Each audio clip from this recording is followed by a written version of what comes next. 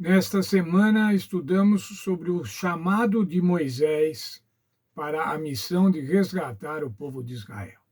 O chamado de Moisés feito por Deus e a relutância deste para aceitar o chamado, mas enfim, a aceitação do chamado.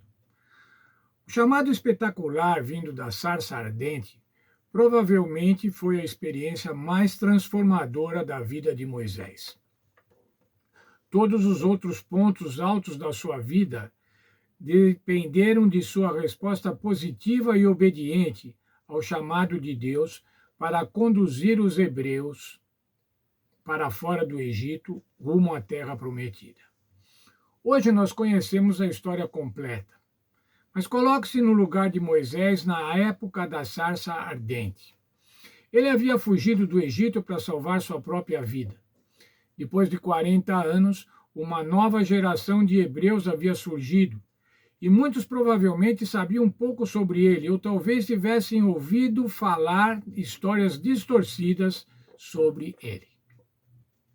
E então ele foi chamado para liderar o povo e sair da nação mais poderosa do mundo. Não é de admirar a sua relutância. Era uma tarefa extremamente difícil, mas imagine o que Moisés teria perdido se sua resposta final a Deus tivesse sido não. Talvez ele tivesse simplesmente desaparecido da história, em vez de, pelo poder de Deus, literalmente fazer a história e se tornar uma das maiores e mais influentes pessoas, não apenas da Bíblia, mas da civilização humana. O que aconteceu foi demonstrado na vida de Moisés. Foi a diferença entre aceitar ou não o chamado de Deus. Ao aceitar o chamado de Deus, ele cumpriu a missão e se tornou uma das figuras mais importantes da Bíblia Sagrada, uma das figuras mais importantes da história mundial. Nossa lição apresenta algumas aplicações para a nossa vida. O que podemos aplicar para a nossa vida do estudo desta lição? Primeiro, tudo em nossa vida está relacionado à maneira como percebemos Deus. Quem é Ele para você? Como percebe e compreende a presença divina na sua vida? Que tipo de imagem de Deus você nutre? Como é que nós imaginamos Deus? Como é que nós imaginamos o caráter de Deus?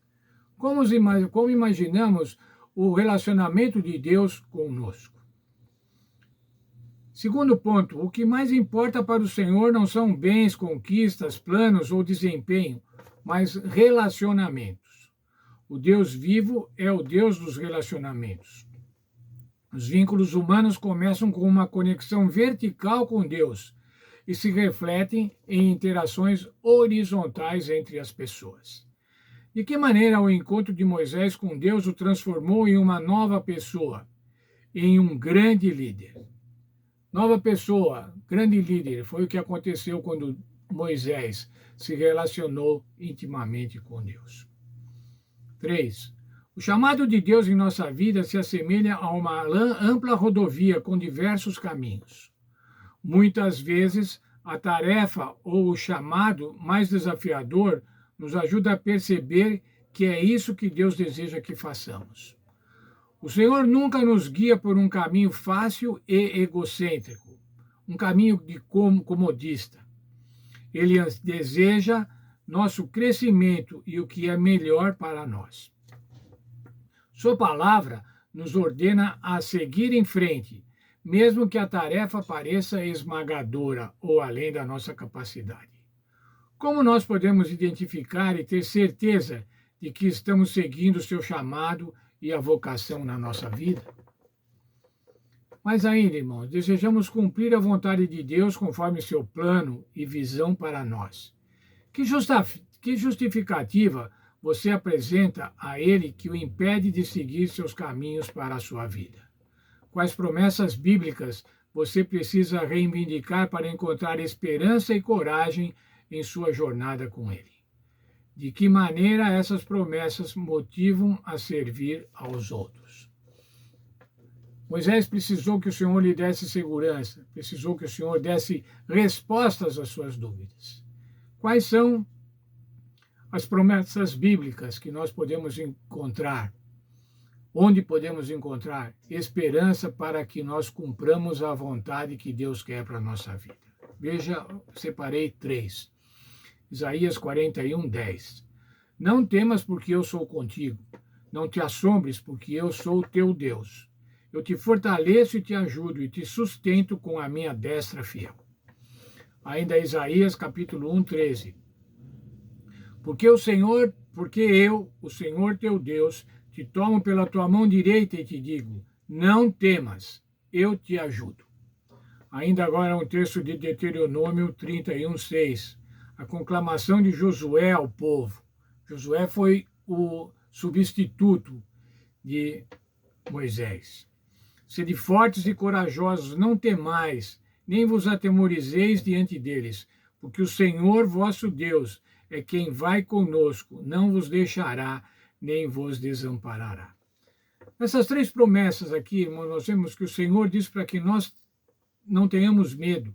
Ele diz que está conosco, ele fortalece, ele ajuda, ele sustenta. Não temas, porque eu te ajudo. Ele nos toma pela mão direita, ele nos segura pela mão direita, para que nós tenhamos segurança. Diz ainda mais, sede fortes e corajosos, não vos atemorizeis. Aqui Josué estava falando, pouco antes do povo entrar na terra de Canaã. Não se assustem com os que estão vivendo lá. O Senhor prometeu, o Senhor não nos deixará, ele não nos desamparará. E foi o que aconteceu. O povo chegou na terra prometida. A partir da semana que vem, nós vamos continuar ainda estudando o livro de Êxodo e vamos ver como foi o começo da missão de Moisés. Vamos ver isso e vamos continuar estudando até o final do trimestre o livro de Êxodo. Vamos orar. Senhor nosso Deus, obrigado por tudo que nos deu, obrigado pelo estudo desta semana, quando vimos o chamado de Moisés, a relutância de Moisés e a aceitação de Moisés. Mas ainda como vimos, como Deus proveu todas as necessidades para que Moisés cumprisse a missão que lhe estava sendo proposta. Abençoa cada um de nós para que possamos também cumprir as nossas missões. Não temos missões como a de Moisés, mas temos pequenas missões, às vezes grandes. Nos ajuda conforme a nossa necessidade e conforme o teu grande amor. Tudo nós te pedimos, agradecidos e confiados em Jesus. Amém.